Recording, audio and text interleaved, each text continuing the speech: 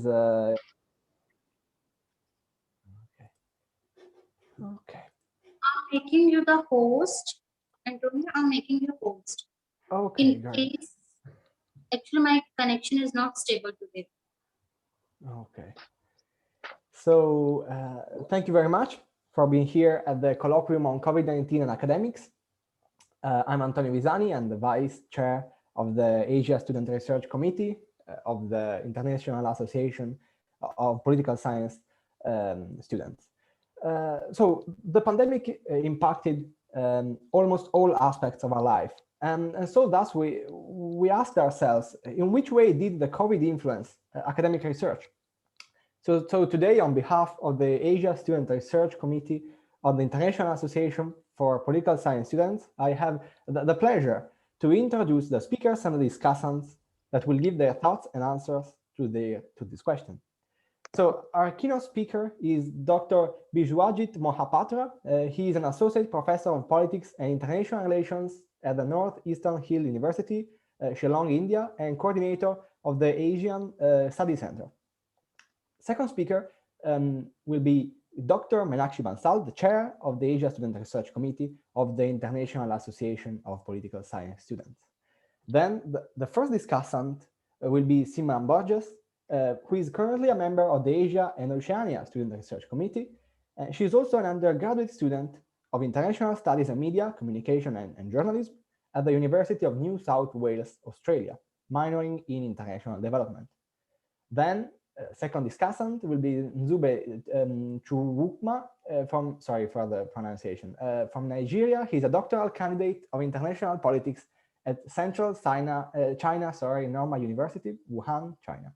His research interests include African and Asian politics, peace and conflicts, democracy, election studies, and human rights. Last but not least, Mirko Di Giacomo is an international relations student.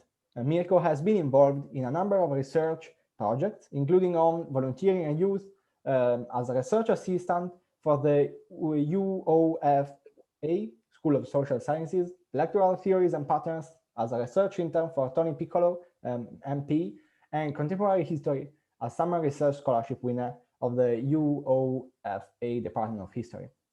And he is also editor-in-chief of the undergraduate journal Illustratio, Adelaide Journal of Politics and International Relations.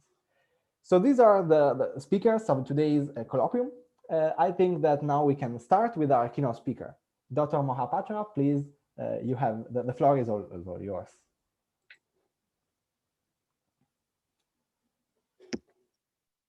Thank you very much for your introduction. And I think, this COVID is almost completing, about to complete 1.5 years. It's already 1 year. And this 1 year has been a kind of a period of turbulence, not only for academics as the topic is today, but it's also for the whole world. When we talk of the whole world, we have to understand that the countries, no matter where they are located, whether they're located in the middle income level or the high income level or the low income level, the countries seem to have undergone a kind of a turbulence which was seen before, but it was not seen with the intensity that it has come up in the present day time.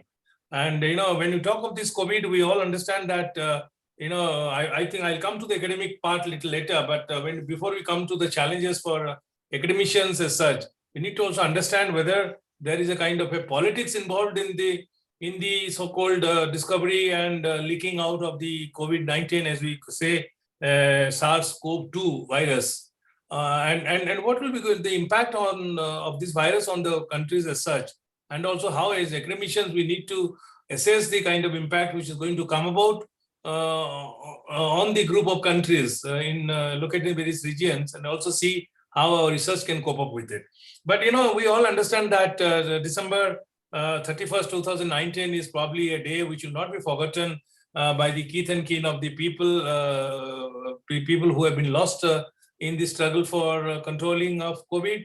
And also we need to understand as to how the so-called COVID was discovered and leaked out by the Chinese. After having said that, it was found out when the China reported to WHO of a series of cases of causes unknown. As per the WHO charter, it has to inform the WHO of this series of disease. And then they said, and then finally, this COVID-19 tends to have spread very, very widely. But when we talk of this kind of spread of the COVID, and we know that how with how much speed, it's almost like a lightning speed, if you can say, how it got spread to all the countries. And that is how I think instead of a healthy family of nations, we have now become a sick family of nations. I think each of the countries reporting in lesser number or in higher number the kind of people who have been found to have been COVID positive, although the recovery rate is there, but then all the countries can be said to be COVID positive family. And here we find that if you look into the world data, we find that the United States, the Americas tend to have the largest number of COVID positive people as of today, as reported by 25th of May. And we find something like 66 millions, more than 66 million people can be found to be COVID positive in the American continent, and out of 34 million can be found in America. And it should not be a surprise, or it should be a question of research for academicians as to why America tends to report so many 34 million cases, the highest cases amongst the countries, and how the other countries who tend to be aspiring for powerful status in the Committee of Nations tend to also place at various levels of the COVID positive. Apart from America, you'll find that the Europe seems to report something like more than 53 millions of people who are COVID positive, and Southeast Asia tends to be also reporting something about 30 million people who tend to be COVID positive. We also find that India is also trying to come up with having been diagnosed 26 lakhs of people, or 2.6 lakhs millions of people who are COVID positive as of today. And why we tend to look at the figure is that when America seems to be known as the world's hegemon, why does it have so many people COVID positive, and why the China doesn't seem to have that many people, although China is supposed to be the most populous country in the world today. And if the virus was leaked out from China, and at least when it spread, and how China could effectively control the COVID spread, and how other countries tend to have failed. And that is where all the research should be focused on the minuscule portion of the problem rather than on the global dimension of the problem that we normally tend to discuss in our own study. So when appropriately, I think the presentation that I have outlined for today is that pandemic, politics, and international relations. I think pandemic seems to be having an effect when it tends to have taken all the countries into its realm or into its ambit, and it seems it has given rise to a kind of a politics which was unseen of in the 20th century, and which is now going to probably leave an effect for another 50 years or so, where the countries would be not finding their own place as they wish to find in the pre-COVID period. I think the Indian Prime Minister seems to have gone on record of having said a very nice quotation, which I quote, that the world in the post-COVID world will be a different world, and they will not be known as world, they will be known as pre-COVID world and post-COVID world. So that shows how the COVID seems to have brought in a kind of a divide, which is going to leave a lasting impact on the society, on the economy, and also on the politics of the developing countries per se, who are trying to catch up with the so-called westernization or modernization process that the Western world wants them to catch up, and they would still be in a backward position.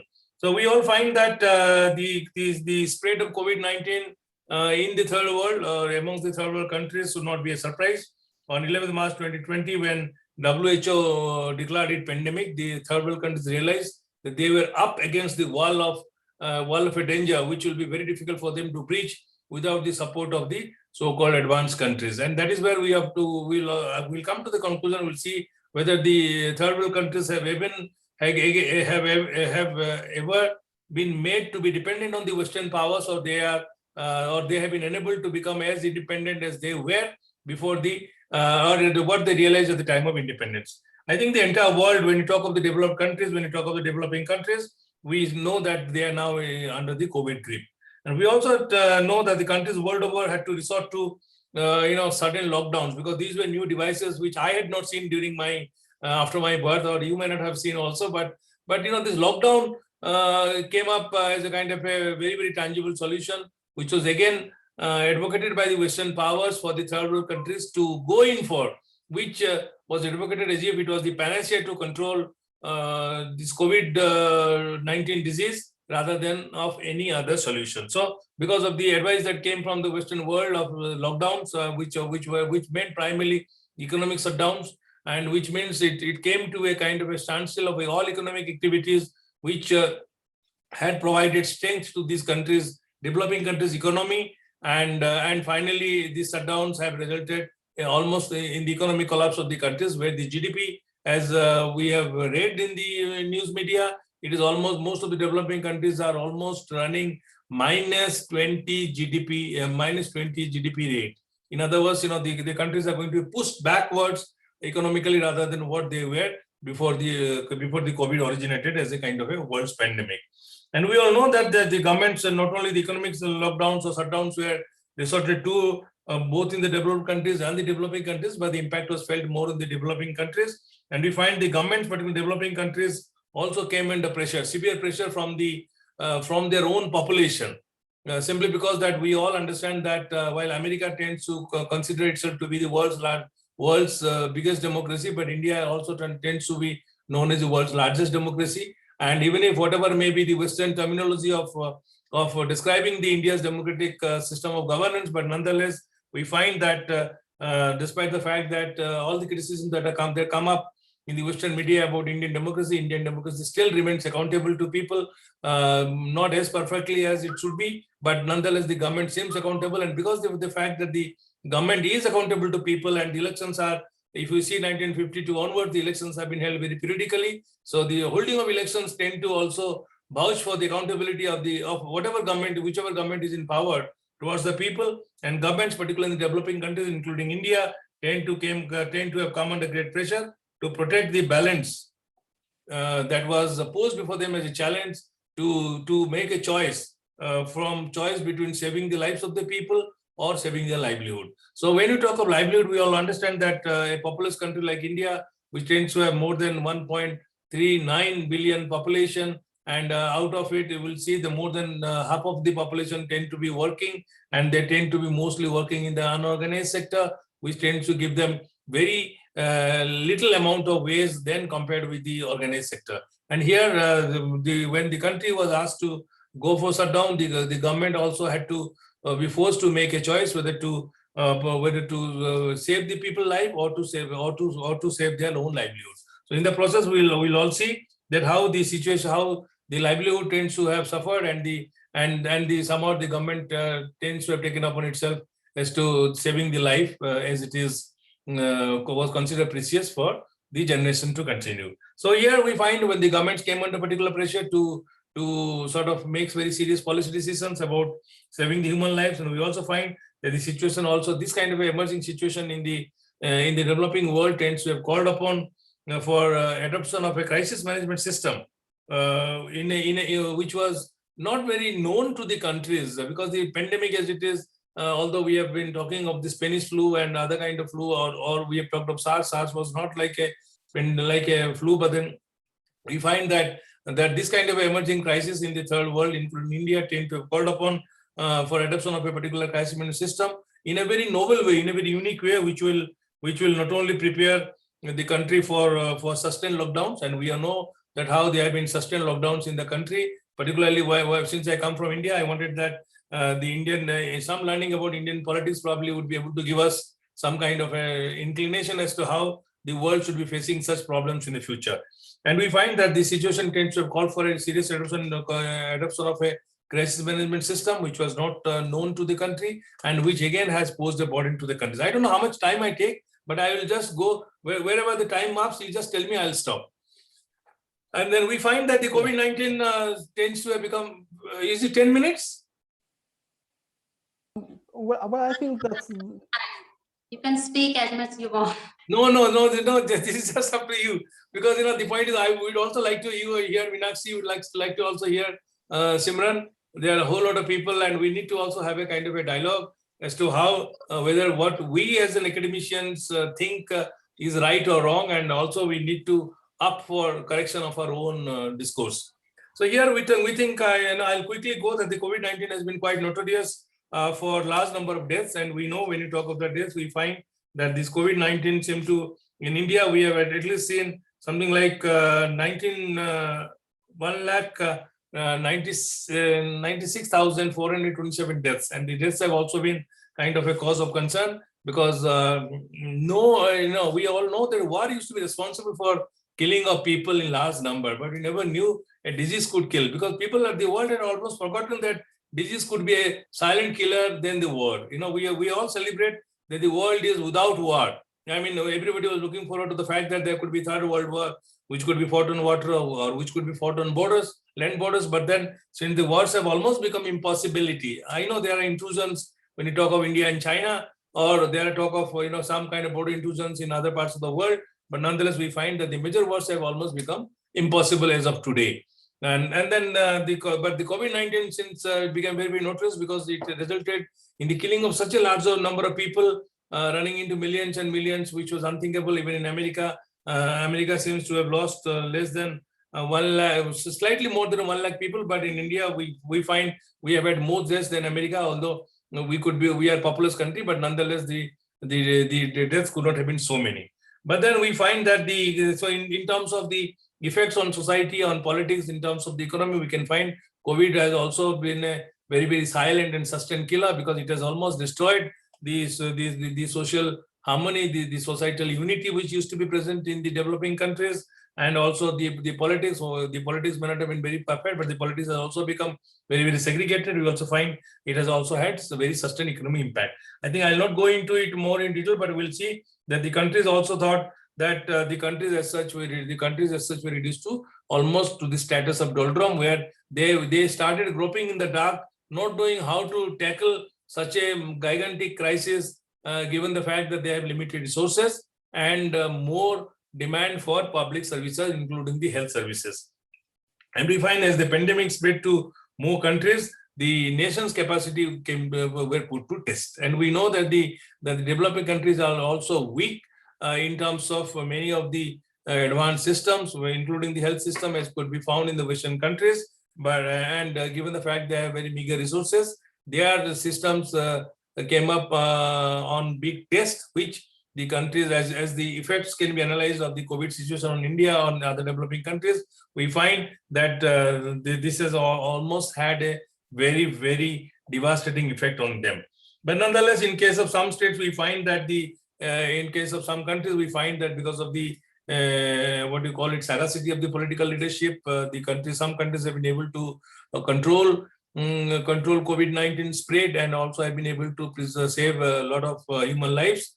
And certain other countries are still groping with the lack of resources to save human lives. And we find in India could be probably we figured in the middle of the situation, simply because although we have lost lives, but we have also been able to preserve life because of the fact that we have been also one of the first nations to develop vaccines. And then we also have seen that how, because of the initiative that the government undertook to save lives of the region beside our own countrymen, it has also been able to export vaccines in the beginning. Now that we are in a criticism that why vaccines exported, but nonetheless we should remember that the vaccines have also been able to, since you are students of political science, students of power, we need to know the vaccines have also been able to re-establish India's position as somewhat a responsible power in the region, to say the least. And we find that countries, however, democratic, non-democratic, liberal or non-liberal countries or social democracies, they have realized that they could not fight effectively to stop the spread of coronavirus, and hence it led to a kind of emergence of a public health crisis. And we find that when the country system were being put to test, the countries also, since they had endemic problems, political problems like nationalism, ultranationalism, these problems again came to the fore. So in addition to the public health crisis that the countries were facing in the third world, the countries also had to face these political problems, which again put these countries more backward than what they were at the beginning of the disease. So here we find, and we all know that since we all know that the modern day world could be described as multi-ethnic, multi-religious, multicultural countries, societies, and since India happens to be one of them, and also European societies or America, we find that they again had to cope up with this kind of a ultra-nationalist crisis, which again has put the country into problem. And then we find that in certain countries, we find that a new kind of a spirit of globalism has emerged. And that in that context, I was talking of India's vaccine diplomacy, where while saving the nations of one's own country became important, saving the lives of the other countries at the global level also become important, and hence this new spirit of globalism tends to have emerged as a positive factor in this era of COVID-19. And we find that this, because of the fact this new globalism came up, most of the countries tend to have come forward with sharing their equipments, their vaccines, and also their other kind of medical and technical facilities, which seems to have also resulted in the saving of lives of people in various countries. What the net result of such a new spirit of globalism is that instead the world came to replace the mutually assured destruction, which was thought to be the consequence of the nuclear race. It came to be replaced with the word mutually assured survival, because every country realized that if only that the other countries survive, they will survive, and that's how they must be able to engage themselves in a spirit of globalism, which was not seen of before. So here we find, and then when you go a little bit into the world order, we know that the world order seems to have been dominated by the United States, since US was a hegemon. And here we find that even in the post-COVID-19 era, the world order seemed to have also is believed to have to be undergoing a change, where probably the power of the United States might not be as hegemonic as it was before. It might go for reduction because of the fact that we all know that there's been talk of the rise of medium powers or rise of middle powers, which included India, which included China, so to say. And when China is emerging as a middle power, the US-China relationship is going to play a much important role in the context of the post-COVID-19 era. And here we find that as deaths of the innocent public tend to have taken place in millions all over the world, we find people have, while people have lost their loved ones, they have also started to question the efficacy and effectiveness of their governments in tackling such a pandemic which they are faced with. So here, while the government's power is being put to test, the world's power is also being put to test by virtue of through their diplomatic means, and also through their collaborative means, which they had engaged in with the other countries in the name of global cooperation. And you will find that this in the post-COVID-19 world order, we also find that there has been also this situation has also led people to question the legitimacy of their government for their supposedly failure in protecting the public and also in ensuring the public health. Because the governments, we all know that we now talk of the global governance, but we all know that while global governance is under question in the context of the spirit of the event, even the local government, even the national governance is also being put to test, is also being questioned by the people, where people are trying to ask as to whether governance has failed or whether governance needs to be twisted or needs to be tweaked, where governance could probably result. And here we find, as countries have tend to face such a worst crisis, we find that the global governance being questioned has also been added to the global health policies or global health governance being questioned.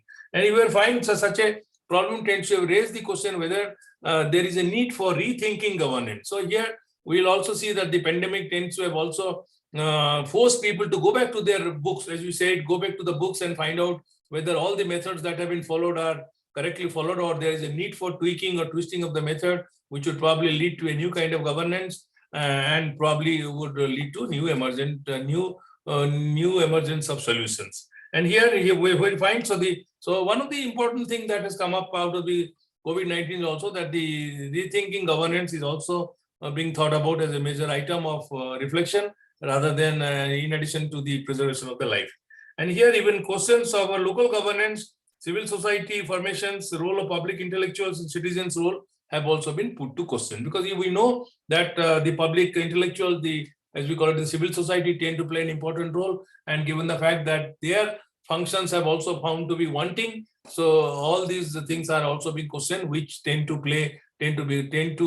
be part of the so-called governance mechanism that is found either within the country or outside the country in any other country in the world.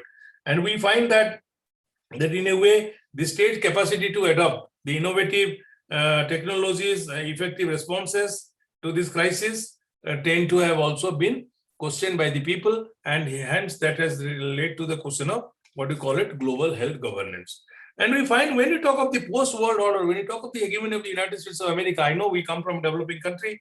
We need to understand as to how our policies are being are now being subjected to the pressures that had come up in the name of globalization, where the sovereignty is now being talked of in the case of shared sovereignty, and through the shared sovereignty, how the country's internal policies are also now being tested on the global parameters, where the developing countries do not have the kind of sovereign power to decide even things which are in their best interest. Rather, they are often being asked to compromise with their policies in order to be able to remain friendly power to the Western powers, and in the process, they tend to they tend to incur heavy losses, both in terms of loss of life and also in terms of loss of economic benefits. But nonetheless, as we are saying, that the governments with the support of media tend to have attempted, to lay the blame on China. We all know that every time we read, even,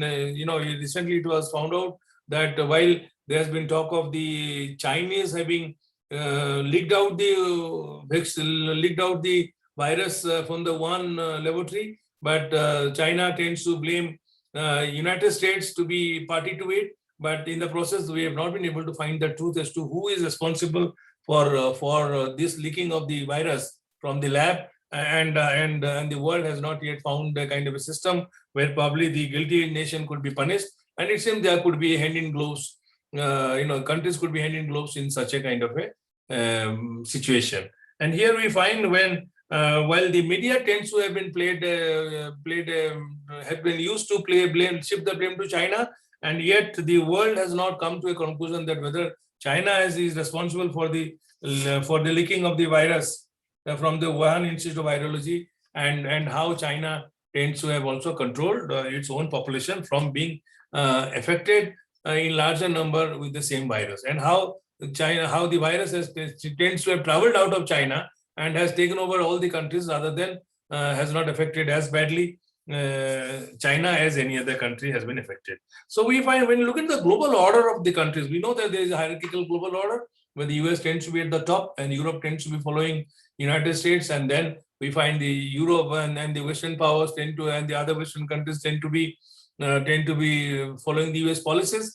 And this when the world order tends to be hierarchical, and we find that this hierarchy tends to be permanent phenomenon because of the fact that the countries tend to all the time work in tandem with each other, mostly in the West, or as you said, in the North, and where most of the powerful nations tend to follow such policies which will help them to dominate the world. And the blame game is, as has been alleged by China, can be seen as an instrument to position oneself as a benevolent power as opposed to the other, that is China. In other words, China tends to be saying that it is the Western countries which are to blame, including America, rather than itself, because we do not know that how the laboratory is being, although the laboratory is located in China, how the laboratory was being managed. And in the process, we have also not heard enough from United States as to whether China is sufficiently responsible. If China is sufficiently responsible, then how come United States remain quiet? Why we are talking of this particular case is because the world is witness to the fact that most of the countries, powerful countries, tend to all the time engage in policies which is solely dedicated to enhance their supremacy in the power in the world that be, rather than allowing any other powers to come up to that level. So the great powers tend to, and we know that China tends to have been caught up with the United States in the big power rivalry as you talk about with the United States in order to gain ascendance in the world politics. But then the great powers attempts, as we see, being indulged in by China and United States of America in the COVID-19 pandemic period, can be seen to be a great power lesson for the world order, because the world order seems to be also in a phase of turbulence, simply because that while US is trying to gain ascendancy, United States is also trying to come back come back to ascendancy, which it had lost because of the rise of China. And that is how we find that if the COVID-19 pandemic has become a kind of a, for the timing, it's a no-win war, but it is being now shifted to be a win-win war for the United States of America, simply because the United States is now trying to rebalance its policies in order to gain ascendancy in the various regions of the world, including the Southeast Asia, particularly where China is trying to earmark a kind of a leadership role, and also in Africa, in Central Asia, and also in the other parts of the world. And here we find that when you talk about the policies, we find that the Chinese policies seem to be challenging the United States policies in all parts of the world wherever it is possible. So here when you look into the kind of response of the United States of America to the kind of a COVID-19 era, as it came to complete 1 year, we find that while the the liberal powers, since they have been told about that the liberalism is almost the binary opposite of communism, so the liberal democratic countries of the world, which is almost 3/4 of the world, which is following liberal democracy, we're looking up to United States to play kind of a very, very important, significant role to control the spread of COVID-19. But then we find that the flip-flop policies of the then President of the United States of America, President Trump, tends to have again thrown cold waters on the wishes of the developing countries, including India. And we find that because of the fact that the United States failed to have an effective coordination and develop an international solidarity, it has cost the United States and the other countries of the world a kind of a massive public loss, which tends to have been the bane of the COVID era. And when you talk of the other world order, the countries, we find that while Russia might have become weaker after the dissolved Soviet Union, but we find that Russia is also trying to play its diplomatic role in order to be able to position itself as a very, very important power rather than a weak power the United States tried to project it to be. So here also Russia, which could have challenged the Chinese policies, Russia is in a quandary. If Russia doesn't support China, then Russia is not treated on the basis of equality by the United States of America, and hence Russia seems to have also developed a kind of a tendency, not critical of the Chinese policies, and rather critical of the policies as it suits its own national interest. And we find when you come to India, we find that if India has been talking about balancing power in the country and a very friendly power to the United States of America, we all know that how India has been able to carve out its own image, in the Southeast Asia through vis-a-vis United States policies. And we find that while India could have also played an important role in finding out as to who is responsible for the COVID-19 virus, but we still find that India seems to be in a helpless situation because the balance of power that is emerging in India is not going to, emerging in the world is not going to change in favor of India, and hence India does not show an interest to change the emerging world order, which will be perhaps which is being challenged by China vis-a-vis that of the United States of America. So here we find that when you look at the world situation, we need to understand that the world is now being we know about Iron Curtain, we know about bipolar system, which was before, and for some time it was believed that with the dismantling of the USSR, the world will become a unipolar country. But then we found as the other countries tend to have also gathered strength to assert their power, the world came to project a picture of a multipolar world order. But then we find that this multipolar world order has now again being tried to be reduced to again a kind of a bipolar order, which is being dominated by the geopolitical rivalry between the United States and China.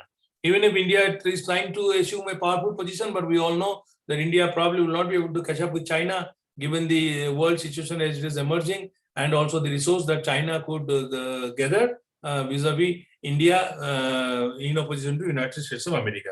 So we find that the world is now being dominated by the US-China rivalry, and we also find that this rivalry tends to be both economic and political, which tend to have also been boosted by the policies of China. We know that the AIIB, which has been set up by China, the world also knows the Chinese BRA policy, the One Belt, One Road initiative. We also know how China also came up with the policy of the China-Pakistan Economic Corridor, and all these kind of devices which are being planned are going to rather make China a kind of established power in the country, in this part of the region, and also vis-a-vis United States of America. which would enable China to challenge America on the global turf. And we all know how in the despite the policies of the United States to try to cut short Chinese influence, how China has been able to stick to its own position of being a powerful, not only being a permanent member country of United States, it is also a United Nations. It has also been able to veto all the resolutions which have been moved against its friends by the Western powers, and hence China is now being looked upon as a power of reckoning. And here, when you talk about this, after having talked the global policy, when you talk about the net result of the COVID-19 era, and we need to understand that this COVID-19, although as I talked about, the world is now being sought to be converted into a bipolar system, but nonetheless, so long as the bipolar, so long as the US, China, they do not become nearly equal, to be called a bipolar, to have a bipolar system, we need to understand that the spread of COVID in almost all parts of the world tend to have, again, as we say, in this part of the world, tend to have reaffirmed people's and nations' faith in the so-called existence of multilateral order. So here, when the world is being now sought to be converted to a bilateral order, the world has now become a kind of a multilateral order. So here, and that's how we find that in the South Asia, in Southeast Asia, I think much of the talk is now being talked of multilateralism rather than any kind of unilateralism or bilateralism. And that is how we find that the countries of Southeast Asia, given the fact that there have been enormous amount of political crisis, they seem to have developed a lot of faith in the multilateralism, and this has given rise to the call for strengthening of multilateral order in the so-called world order as of today. And we find why sudden surge on multilateralism? The question, if we ever ask, we need to understand that this kind of a controlling of COVID has also resulted in the realization of the countries that probably since no country has the resources to control the spread of COVID, all the countries will have to come together, and that is how a multilateral order would be more beneficial to the poor countries rather than any kind of a world order dominated by either unilateral by unilateral power or by any kind of a bipolar system. So here this is also, and when it has tends to have also and increase the faith in multilateralism, we also find that this seems to have also facilitated the strengthening of the regional cooperation organizations, which the countries felt that by trying to cooperate amongst themselves within the region, they would also be able to re-establish their faith in the multilateralism and also force the world to treat them with the kind of respect that they deserve to be as independent nations, and to be extended the kind of help that they deserve by being poor countries and the countries who have lost their resources during the age of colonialism. So here we find that this COVID-19 tends to strengthen the regional organization for undertaking common approaches to the problem that they are faced with. Today it is COVID, but there are other kind of problems which are also cropping up, and they found that there could be probably one unified solution to the problem that they face, since they tend to be located at the same economic scale. And here we find here we find that the positive impact of the positive impact of COVID tends to have been the emergence of the multilateral order and the faith in the multilateral mechanism to find a solution to the problem rather than to have recourse to any kind of a hegemonic world order which they feel to be different with. So when you think about as to what will be the net result after this positive thing, how as an academician, what I need to do? And we all understand that when you talk of the world order, when you talk of the social basis of the world order, we find that the third world countries tend to have been known as the first. We used to suffer from economic divide because of the fact that there has been a massive difference in terms of economic resources, and that is how the countries, the Western world, started dividing the countries into high income, middle income, low income countries.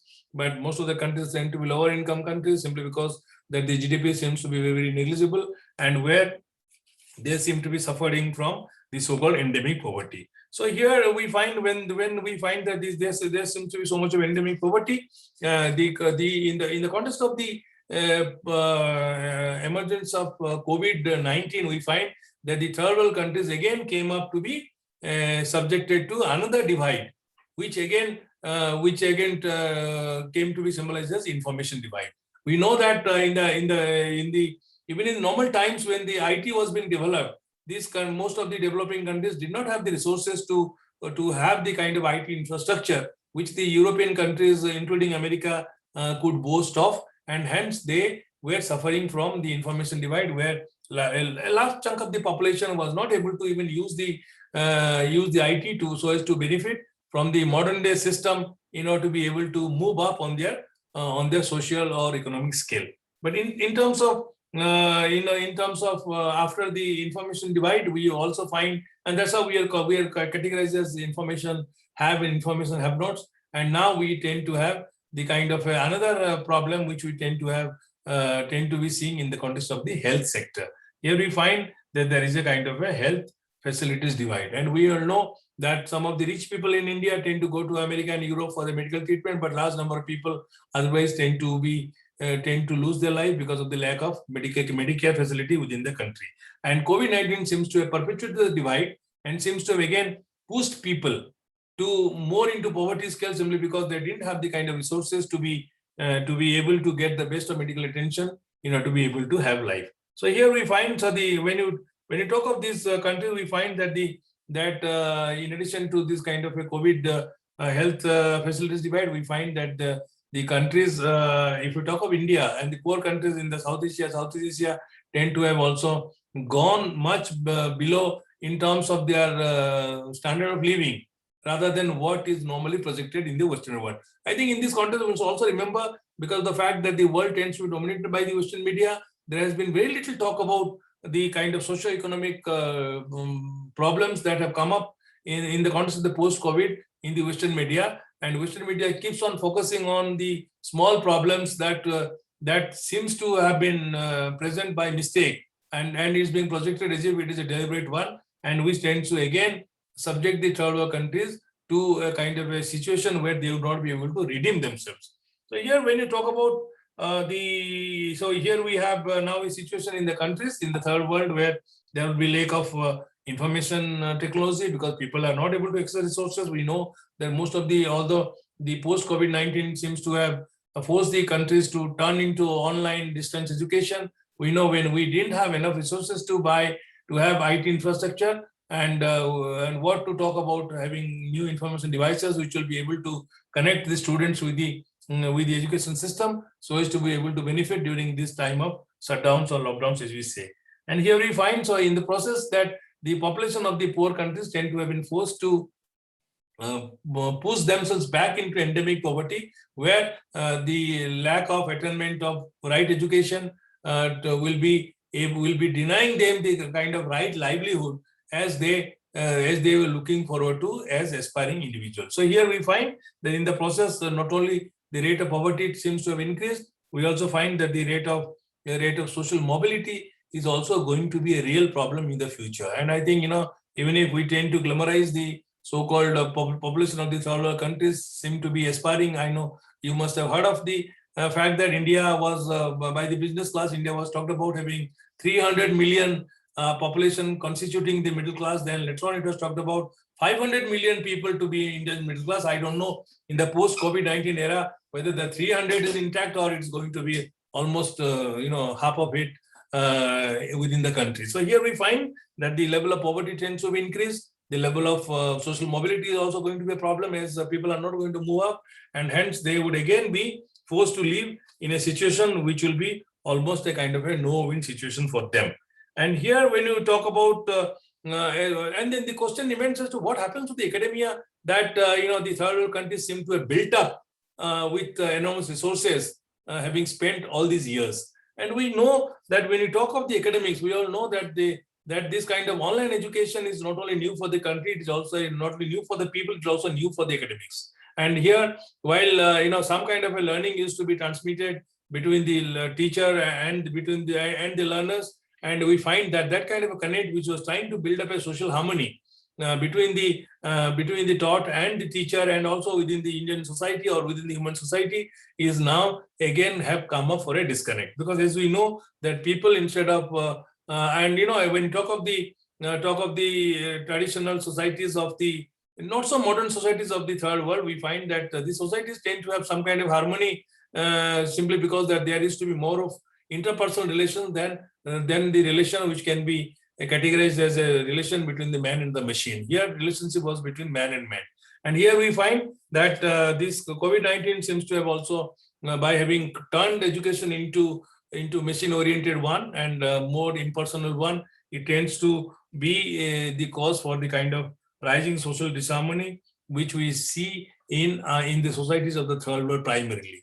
And here also we need to understand that, and the question is that what should the academia do? Do they really have to follow the line as is being drawn out by the scenario, or they can have any kind of a interventionist role where they could alter the situation? I think there we need to understand that research and innovative approach can only probably be the only weapon which can be used by the academicians, given the fact that they have long years of training in academics, and that is where they probably would be able to play the role of the problem solver rather than the role of any kind of a problem maker. And I think although this is a poor country scenario where most of the people tend to be having a result of tend to be having a feeling of hopelessness, tend to be a feeling of helplessness. But nonetheless, as we see that every cloud must have a silver lining, I think the academicians must have to also think of the fact that by probably strengthening the research and by being innovative in their own work, they could probably lay down a roadmap which will be able to offer the solution that the country and the societies are looking forward to. I think if we go for a research and innovation lab, I think it will provide an opportunity to share experiences amongst the countries, among the poorer countries, and to be able to come up with a kind of a common solution, which will be a collectively devised one, and hence it will also be able to identify the challenges which are present in most of the poor countries. I think the second thing that the COVID situation tends to have necessitated and is going to finally result in is that kind of a process of consensus building. I think most of the countries now have realized that only by having consensus among themselves and not trying to locate it, not trying to get engaged in political disputes, they probably would be able to serve their own population rather than being engaged in any kind of a fight. And that is how I think it will be not out of place to remind you that there was during the COVID time, there was a talk about, there was a secret talk between India and Pakistan where they met in Dubai, and where there was a talk of how to sort of break the logjam which India and Pakistan tend to have got into, and how to probably come up with a kind of a mechanism which will make India and Pakistan to be talking partner rather than the logjam that they have been put into. And here, so the consensus building is going to be one of the thing, and this consensus building can only come up only when we will be locating ourselves in serious research, and also in trying to conceive some kind of innovative solutions which will be able to break this logjam. And we also should remember that since the poor countries tend to have suffered because of lack of medical facilities, and that which is necessarily because due to the lack of research in the health sector, this also can be overcome if the research is undertaken in a collective manner, which will help us to devise health system strategies out of the lessons that we have learned out of the present day pandemic, and also will be able to document them properly so as to lead to the devising of innovative solutions. I think since controlling of COVID-19 pandemic is not any country's job, as the world has shown us. The academicians by going in for more and more collaborative effort, we would be probably able to bind the poor countries in a much more stronger manner in terms of knowledge and service delivery mechanism than what it is today. I think with this I will end here. I would like to listen to other people. I don't know how much I have said, but this is what has been the feeling of the third world, and this is what we thought maybe we need to think about, and also try to draw out a kind of a roadmap which will help us to go ahead with our sustained endeavors, so as to bring about a world, also to usher in a world which will be, although which will not be disease-free, but which will be at the end less of diseases and more of prosperity as the population is looking forward to. Thank you very much. Thank you very much, Dr. Mohapatra. And it was really interesting, and we will discuss it soon after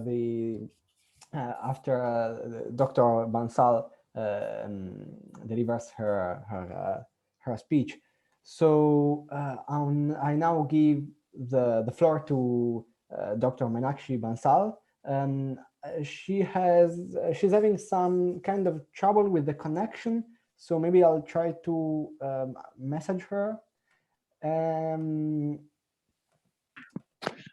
Yeah, Antonio, I'm happy to start the statement myself. If that's maybe in the Great. meantime, I will buy some in space. The meantime, yes, great. Yeah, Thank I also you, apologize because after my statement, so I'll try to. I'm going to shorten it significantly because unfortunately I was expecting this to be an hour, but the discussion was very interesting, and but the bus will not wait me.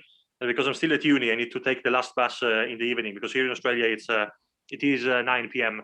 where I am, and in about half an hour the last bus is gone. So I will need to leave quickly. But I'm happy to make my statement in the meantime, and yeah, and then I will be leaving. And thank you very much, Dr. Mohapatra, for the statement, for your statement. It was very interesting.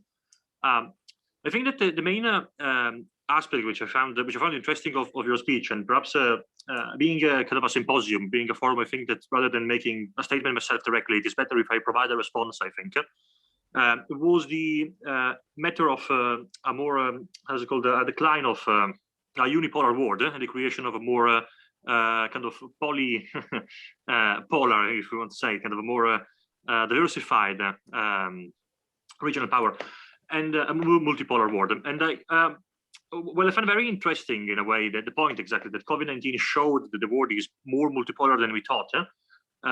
What I think it can be explained maybe more as, and this is just my opinion, of course, I could be wrong, partly as that even in a unipolar world, like the one I think we are in, which is led by America, the hegemon does not act perfectly.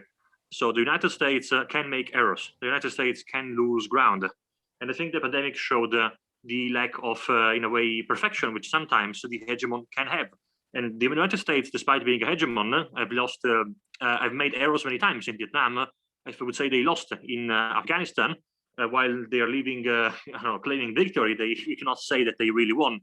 I think the United States had many battles which were not successful. Syria was a major loss by America. And Syria started when clearly the board was undoubtedly unipolar, and Russia was still Ukraine was another situation where America failed in that regard. So I think that the world is still unipolar, even if there are regional failures or even global failures by the hegemon. And this is my thought in regards to let's say the errors America has made. In regards to the world, instead, I still think that while we are unipolar, and I don't think that we are a multipolar international system, I do think that we are heading towards a more regionalized world system, which means that we still have a hegemon, and that hegemon is still unipolar, reflects a unipolar international system, and that is the United States. But what we're seeing is a more of a niche, in a way, kind of regionalized, how can I define them, kind of sacks, in a way, those pockets on the world where we have regional powers able to flex their muscle regionally. And I think that that is what we have seen in the last 10 years and with COVID, mostly. And I think that's maybe what the symptoms which you're seeing. An example is Russia with Ukraine. In that regard, we think that we've seen Russia is emerging as a regional power, but hardly global. I think China is trying to be a global power, but in reality, it can flex its muscles only, I would say, as far as India, South China Sea, maybe Australia with trade routes, and that's it. It cannot influence major things in South America yet. So I think what you're seeing is a unipolar system in which regionalization is occurring and is significant. So it's we kind of have two systems. We have a global system which is unipolar, and regional systems in which we have a little hegemon which tries to emerge. But I would say that the world is still unipolar despite the COVID-19 pandemic. But I definitely agree that the COVID-19 pandemic is a very useful, how's it called, test in a way to see how the war system is, and definitely demonstrated that the United States is not invincible despite being the hegemon. And I will cut my statement here due to time constraints. But I hope that very humbly can provide some reflection. And I could be wrong, of course. I'm not saying that I'm right, but I don't know. Maybe it sparks some discussion. Thank you. Thank you, Mirko. We will have the discussion later for sure. Now I give the floor to Dr. Meenakshi Bansal, Chair of the Asia Student Research Committee. Meenakshi, you have the floor. Antonio, I know everyone is watching their watch, like it's really late for you guys as you you wanted to end. So I won't take much time of yours. I will summarize. I think if you talk about the COVID-19 academics, then there are like both positive impact of academics and negative impact also.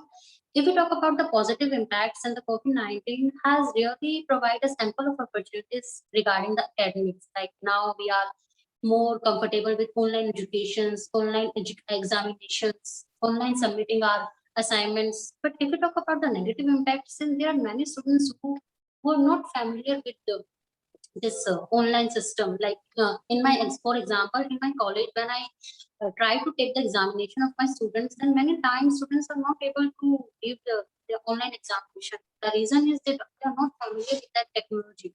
So the COVID-19 has really deeply impacted our academic system, which we really need to think that where our students are heading. Like, are they just cramming the thing, or are they really learning the thing? So we really need to think about this aspect. Antonio, thank you. I think we should start our discussion as we have less time now. Sure. So for the discussion, I now give the floor to Simran Borges. Simran, if you want to discuss some points that have come up or something that you feel like about to talk about, like, please do, and you have the floor. Thanks, Antonio. Yeah, definitely some really interesting points that were brought up. I'll also keep this super short. But yeah, one of the really interesting things that I picked up from Dr. Mohapatra, you had mentioned how in terms of countries and their response to the COVID pandemic, how there was this sort of kind of want to put the country first, and the sort of in terms of policies that were being put forward, how it was all about supremacy and doing whatever is best for the nation, which obviously makes a lot of sense. But then I think what's happened is that as we've kind of reached not the end, but we've sort of come out of the worst parts of the pandemic, which is obviously middle of last year. I think what we're seeing now is this sort of phenomenon where the COVID has become sort of the third world pandemic now, because you look at where parts of Europe, Australia now, the United States, they're sort of coming out of it with vaccination rollouts and all that sort of stuff. But then you look at India, and then they're sort of slowly, they're coming back up, but slowly they were sinking back into the pandemic, with the cases going up and deaths going up, and not enough resources to go around. Yeah, and in that sort of way, when you look at these Western countries and these developed countries who are sort of out of the worst part of it, I mean, I don't want to say that we've forgotten about it, but it's definitely not as prominent. It's not as scary now to think about COVID. I know firsthand speaking from in Australia, our vaccination rollouts haven't been that great, but we've sort of our cases aren't high anymore. So we've sort of forgotten almost what it's like to be back there. And I think that's sort of what's happening is we're sort of thinking, oh, it's happening to India, but it doesn't directly affect us, so it's not, let's not talk about it. I think that's going to be a dangerous sort of dynamic if we sort of slip into that. And I think, yeah, that would be like an interesting like point to see like what happens with that. But yeah. Thank you. Yeah, if I can say, yeah, Sure, Mirko, go ahead. No, I find the point of Simran very, very interesting in that regard, that in a way it has become a third world phenomenon. But I think that is an understandable perspective. I think that we should, in a way, remember that the majority of the deaths, I think, have occurred in Europe and the United States. The last time I checked, in Brazil. I think that Brazil is a bit of an odd case. It's kind of in between developed and developing country, though technically it is developing. So I think that in a way it is not. In Africa, for instance, Africa is dealing incredibly well with COVID-19. And I know, I mean, I'm Italian, despite living in Australia. And I know that Italy is not doing that well even right now. COVID is very real, and COVID is a real concern. And it has been for a year in that way. And like the developing world, I think that Europe had much more severe lockdowns, which impacted day-to-day life than at least I have my partner's family is in Punjab, and I know that until now they didn't really ever go in a major lockdown. They only went, I think, in March, and they went again now. But otherwise, life was not too impacted. And I'm talking about the area around Chandigarh, so it's not farmlands in a way. It's a kind of a an interesting area of Punjab, and it's relatively developed and well used. So I don't know. I still think that in a way it is not necessarily a third world phenomenon. What I do think, though, is that in a way that it showed vulnerabilities of both developed and developing countries. I think that in developed countries we saw, in a way, at least in Italy, we saw smugness by the government, and that we saw the inefficiency of Italian bureaucracy in many ways, and also with Europe, and that certainly was a challenge. And we also saw, in a way, that density of population in Europe, I think, was devastating in a way. It affected things, and at the same time, I think that the developing countries that shows the issues in sometimes of inefficient governments. I think that in India we had massive issues with Modi. I think that Modi can be in many ways blamed for the way it was managed. He has a very sensationalistic approach to politics. He makes a very big announcement suddenly, like when he made a big lockdown and everyone was sent home walking thousands of kilometers, and now he urged the governments not to make lockdowns, and now he changed back, and now everyone is going in lockdown.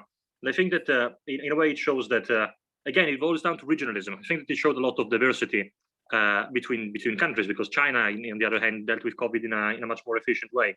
So my feeling is that it is much more up to each country rather than necessarily a third world issue per se.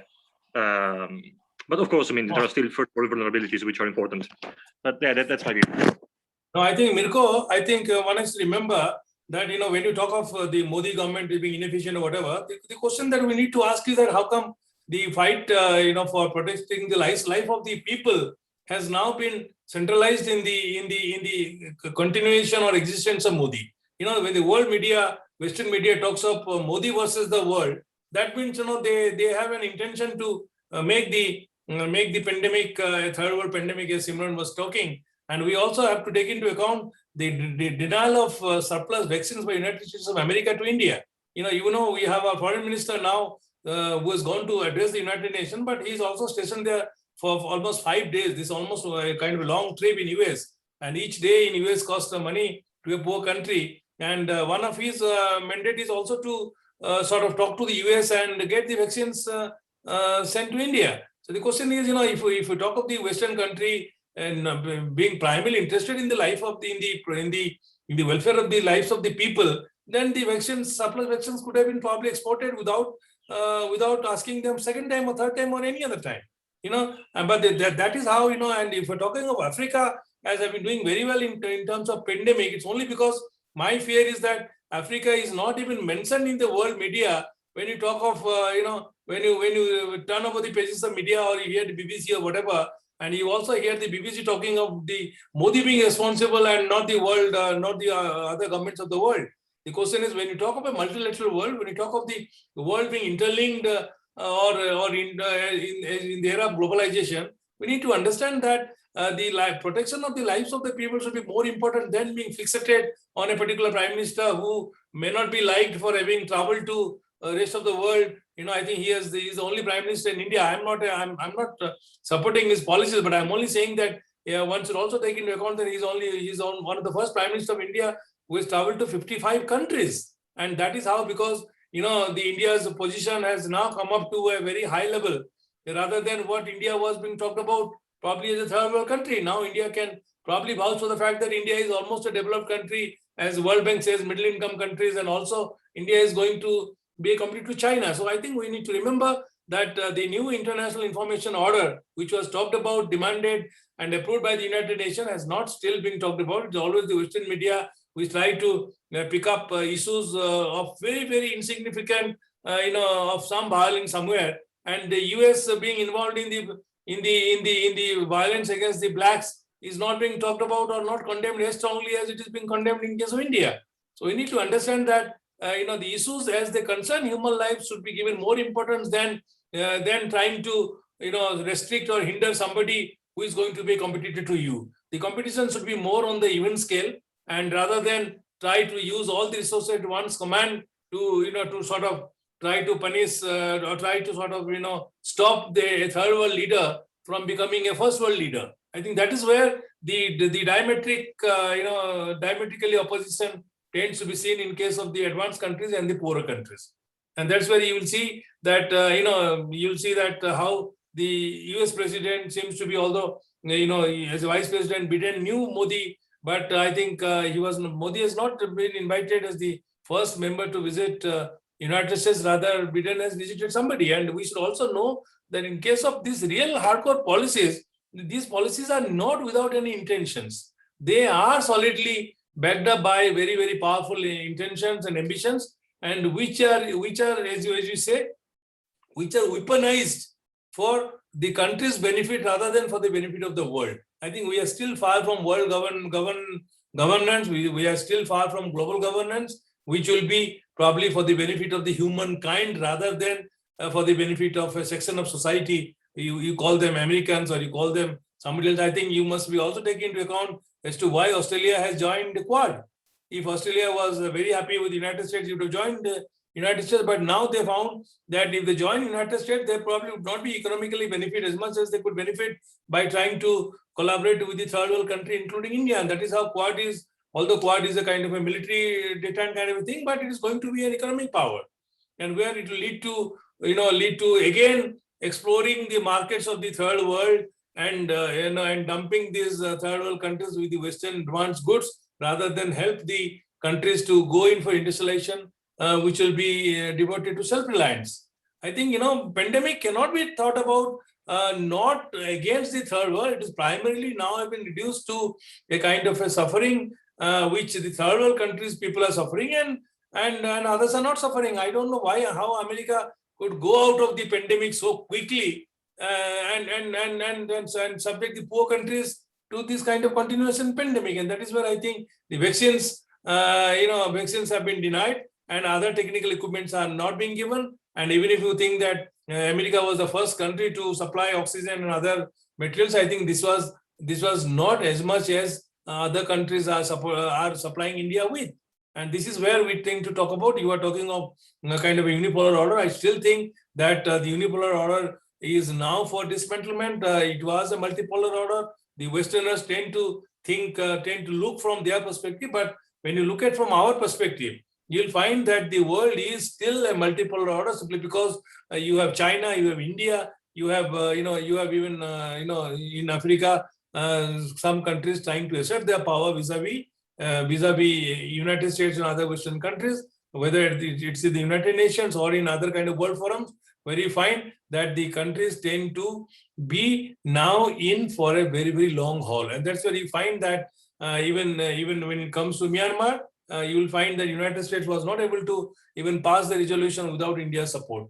So that is how we find that the world order as it is emerging is now a multilateral order.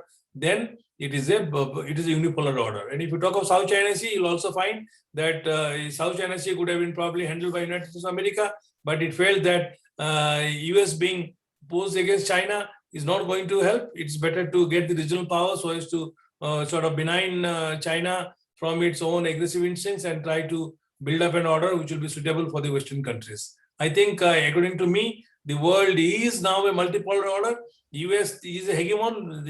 How is hegemon? Because it still has the Europe and the other Western countries at its beck and call, and that is how they tend to, since they are economically very, very superior, and that they tend to be considered, they tend to be able to use hegemonic influence rather than have policies which will be suitable for the developing countries. Yeah, definitely. Very, very interesting. And no, I do agree that, of course, people's lives is what matters most. In the end, individuals die. People like me and you can die, and we have families, and that is tragic. And that should be the main concern from a human viewpoint. And I definitely think that the Western world, if it can, like any other country, should help other countries when they are struggling. But in regards to the multicultural, I will not get too much into the multipolar thing, but I don't think that India blocked the Myanmar statement just because it's a member of the Security Council. Until the 1970s, Taiwan was a member of the Security Council. That doesn't mean that the world is multipolar. But other than that one, in regards to the Modi responsibility, I'm not attacking Modi per se, but I think that it is undeniable that the leadership of the BJP in India has proved to be failing, very simply, in the management of the last pandemic. Modi let people go on the Ganga River to celebrate when clearly there was community spread. The Modi, which is part of the RSS agenda, because the RSS is a paramilitary organization, people who beat people in the streets. They're not nice people, and that is unquestionable as a matter of human rights.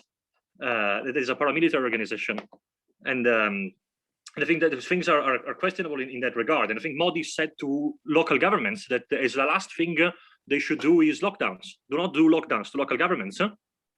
When clearly that was necessary. And I think that was an undue pressure which the Prime Minister put on countries. But I have a question for you, which I'm curious. Are you a BJP supporter on a personal level?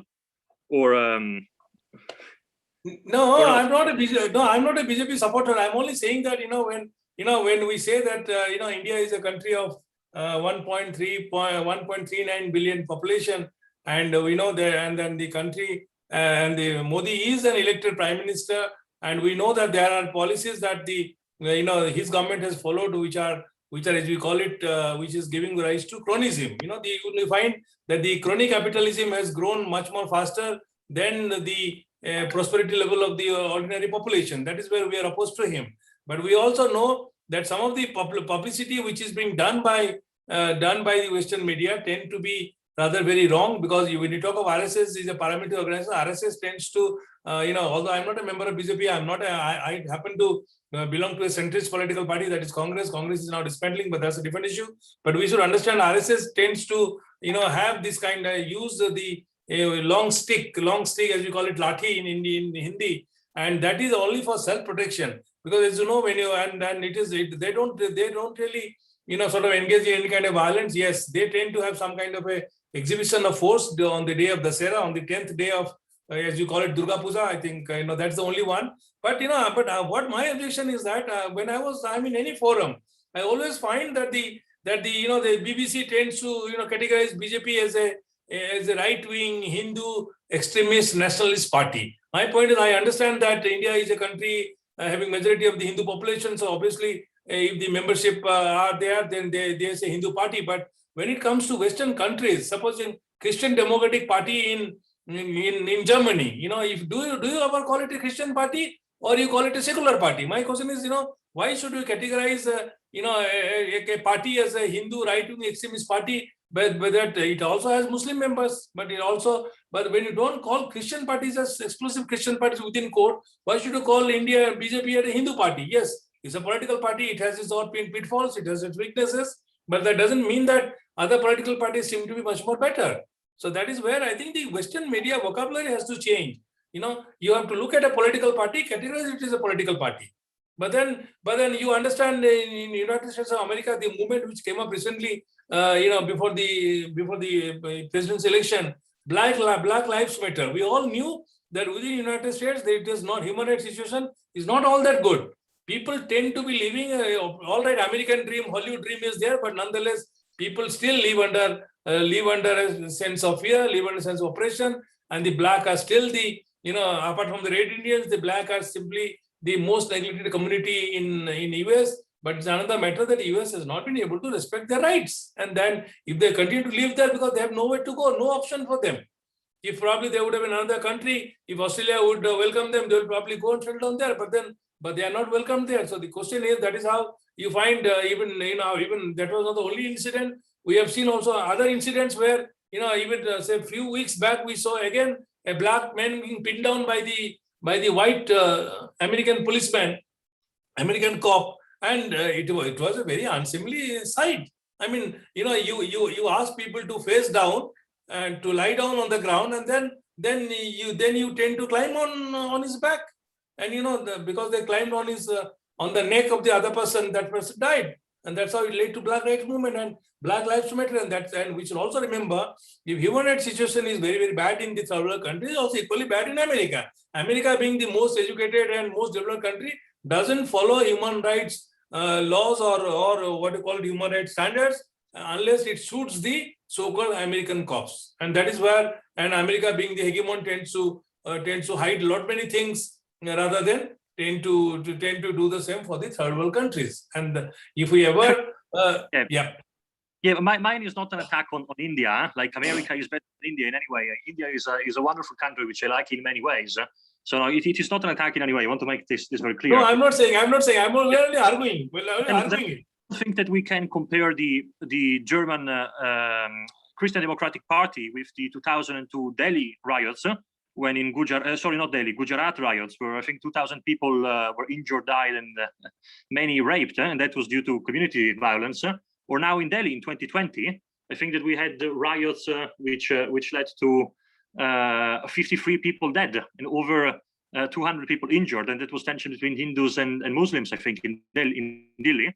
And I think those are products in a way of not of India, because India is a great country. I have nothing against India. I really love it.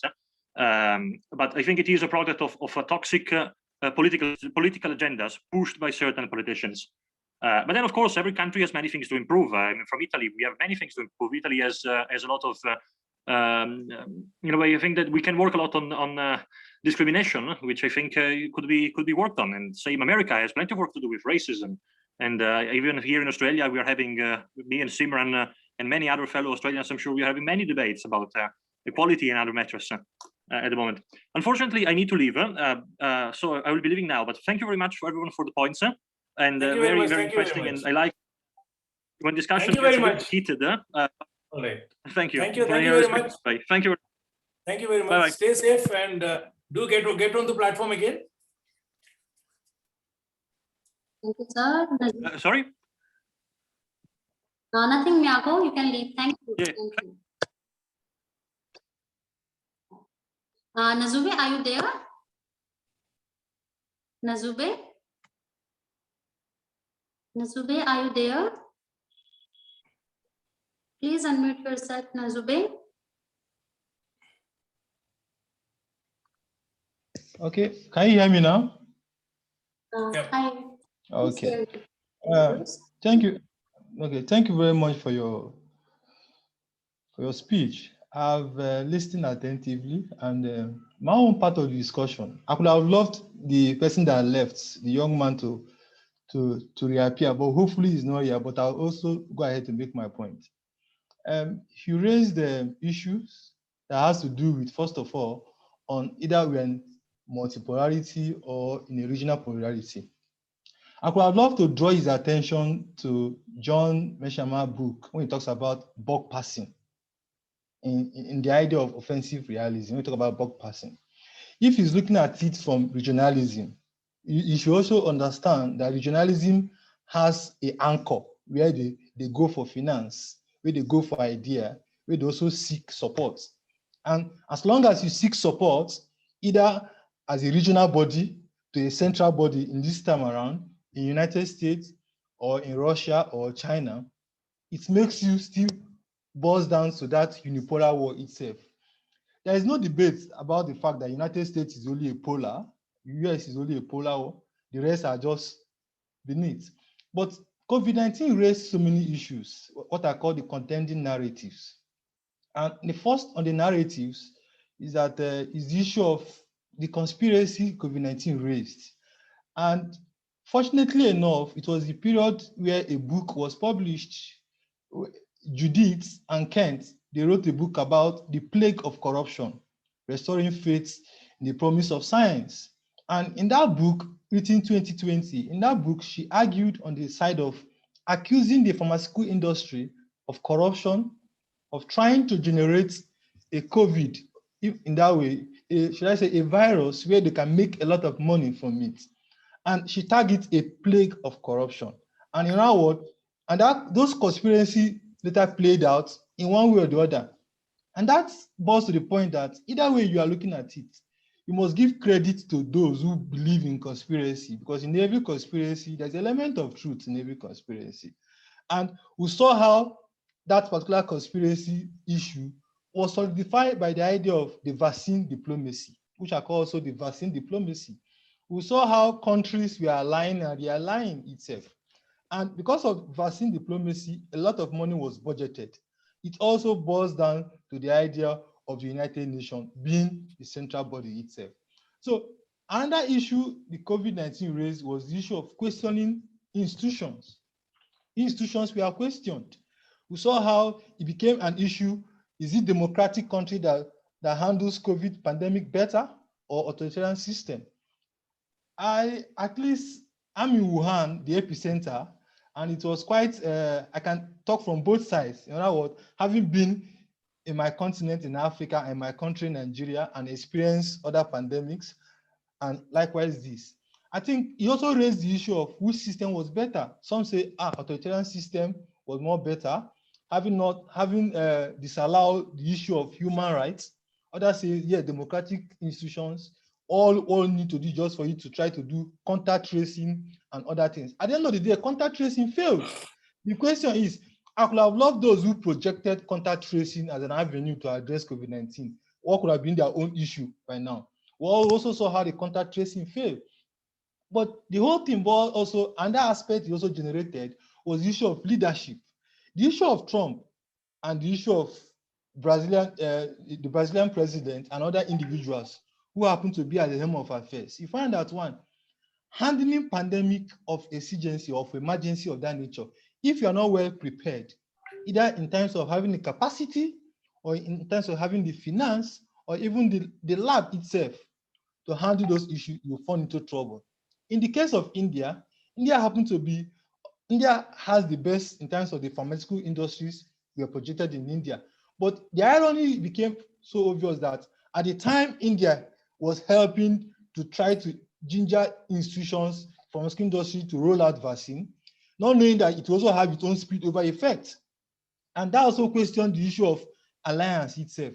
When India was now calling for the issue of the consent, the copyrights to be removed from those vaccines, so they can go ahead and do production. Now, in the case of Africa, Africa was trapped in the sense that Africa had neither capacity or the science, which is capacity, the science aspect of it, and the finance to roll out its own vaccine. So what African country did was to hinge on the international institutions, United Nations and the US, other polar wars, to get his own vaccine. So it also boils down to so many issues within the COVID-19. Another aspect that also comes was the issue of the faith. It became an issue. Is it spiritual, between spiritual aspect and science? Which one is more? Is COVID-19 an avenue to wipe Christians or to wipe humanity? So many faiths believed in that. In my country, of course, I saw people said, I bought a mask and sent home to my mom, and she said she's not going to use it because she believed that she has a faith that is about 5G and CCC and 666. I began to laugh because I told her this is science. She said no, it's about they are trying to wipe their population. They are trying to do this, and so many church faithful, so many spiritual entity promoted that. It became an issue of, are we in science, the age of science, or we're in the age of religion? Are we going back to the area where religion became an issue of the state? At a point in time, governments were now battling between the COVID-19 and religious faithful. Another issue that came up again was questioning that raised to the, should I say, the supremacy of the WHO. The WHO was also brought to question. Like, okay, fine, you knew about this, you pretended to persevere or rather romance or romanticize with China, you failed to act on it when it was necessary. So WHO was also questioned. So why people question the institution itself, people also question state itself, and people also question leadership also itself. So it's a lot of issue between science, leadership, saving the economy. I saw in Brazil, the president was like, go out, we don't need lockdown. If you have saved the economy, will you save humanity? That is question. If you have saved humanity, will you save the economy? That is another question. So interesting that we also saw the issue of the politics of vaccine. And one interesting thing is that I was looking at for the BRICS economy, the likes of Brazil, Russia, India, and China, and South Africa. What happened to those institution arrangements that was meant to challenge the United Nations, that was meant to challenge other institutions? India was having issue, and I did not see any response, if maybe, I don't know, from China, quick. It could have been more easier for China to respond to India as a close ally, as a close neighbor under the BRICS. South Africa was neglected. South Africa has to go for its own Moderna rather than other vaccine. Now, Brazil was having the issue. I don't know when Brazil got their own vaccine. So we also saw a re-questioning that if BRICS economy, the BRICS institution, likewise the Mint institution, where my country follow under, what happened to those regional arrangements in quotes, which the young man was trying to paint? We found that it all boils down to the international organization. And the major player at the international organization are the polars who have the capacity, who have followers to initiate. Iran, unfortunately for Iran, it was the help of China that pulled out Iran. If it was not because of China, Iran would be trapped. Who could have helped Iran under sanction? So it became the idea of using the COVID-19 to build more diplomacy, to build more alliance. Right now, Iran would prefer being at the back of China than being at the back of any other institution, he said, because China was able to bail out Iran. So it boils down to multiple issues, which it depends on how you see COVID-19. Before COVID-19, we had what somebody called COVID-18. COVID-18 were the contending health issues in Africa. COVID-18 were the contending unemployment, poverty, health challenge in most developing countries. They will now have COVID-19, which is the real pandemic. Then the COVID-20 talks about the economic issue, where some countries now are battling economically of COVID-19. So we have partly free ourselves from COVID-19. Some countries were still battling with COVID-19. Some countries are now facing the COVID-20, which is a reality. Because going to an institution also to lend money, my country has borrowed a lot. And the question is, what was the money used for? The money is now used to service debts. The money is now used to pay workers rather than creating a health sector. So it boils down to multiple issues which COVID-19 has generated. So for me, I don't think we are going back to region idea as raised by the young man. I still believe that we are still going back to the poles. The poles, United States is the only pole, while others are still beneath. Because if you check what happened, Trump actually made a mess of the United States. So no doubt about that. That was why the question was being raised. If US failed as a leading body, US failed because of the leadership capacity of the individuals at the helm of affairs. So the idea of COVID-19 also raised, as I said earlier, leadership, science, and also institutions. Which institutions is preferably? Is it science or religion, or rather, what other leadership capacity? Because we have countries in Tanzania, there are countries where the leaders has no capacity, but because of the capacity of the leaders itself, they were able to save themselves. I think that's all for my own contribution. I think very important points, but one thing we need to remember, just one line, that, although United States seems to be having one edge over the other countries, but, when you talk of regionalism, I think, that is how the regional institutions will have to grow and, stand up to the influence of United States of America. And that's where the BRICS has started its work. But then, as you know, the developing countries need to have a little bit of consensus so that they would be able to really oppose the United States in all forums. I think with that line, we should end the session. Thank you very much. Thank you for the very valid points. Thank you, Biswwajit sir. It was really wonderful to have you. Like, we are really impressed with your thoughts, with your views. Like, it was really wonderful. Thank you, Biswwajit sir. Thank you, Nazube. Thank you, ma'am. Thank you so much. Meet again. Thank you very much. Namaskar from India. Thank you. Thank you, Simran.